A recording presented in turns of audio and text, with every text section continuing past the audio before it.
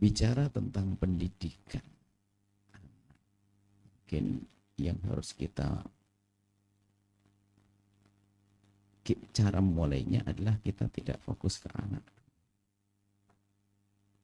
Bukan bagaimana cara mendidik anak. Akan tetapi ada satu hal yang perlu kita hadirkan, yaitu bagaimana menjadikan orang tua itu sadar akan pentingnya pendidikan anak.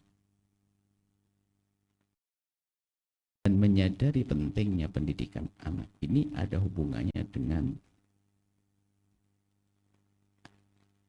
harapan-harapan di masa yang akan datang.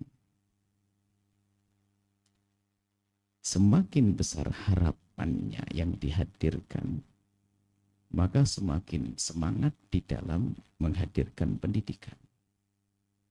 Maka orang tua yang tidak pernah mendidik anaknya sebetulnya orang tua yang tidak punya harapan. Maka itu yang harus kita hadirkan. Sebab permasalahan yang sering terjadi adalah guru itu mendidik, tapi di rumah orang tuanya merusak. Karena memang orang tuanya tidak punya kesadaran untuk itu. Dan karena tidak punya kesadaran harapan yang besar, mereka tidak rindu untuk belajar bagaimana mendidik. Masih kalah dengan orang yang ternak ayam. Harapannya ayamnya gemuk, dijual berat, lalu dapat duit. Sehingga dia menjaga setiap hari, ada suara apapun didatangi, ada pilek satu pun didatangkan dokter hewan. Baik. Maka memberi wawasan kepada para orang tua akan harapan itu penting sekali. Dan harapan kita ini harapan yang luar biasa. Harapannya orang beriman. Melampaui batas dunia. Ini yang harus terus kita hadirkan.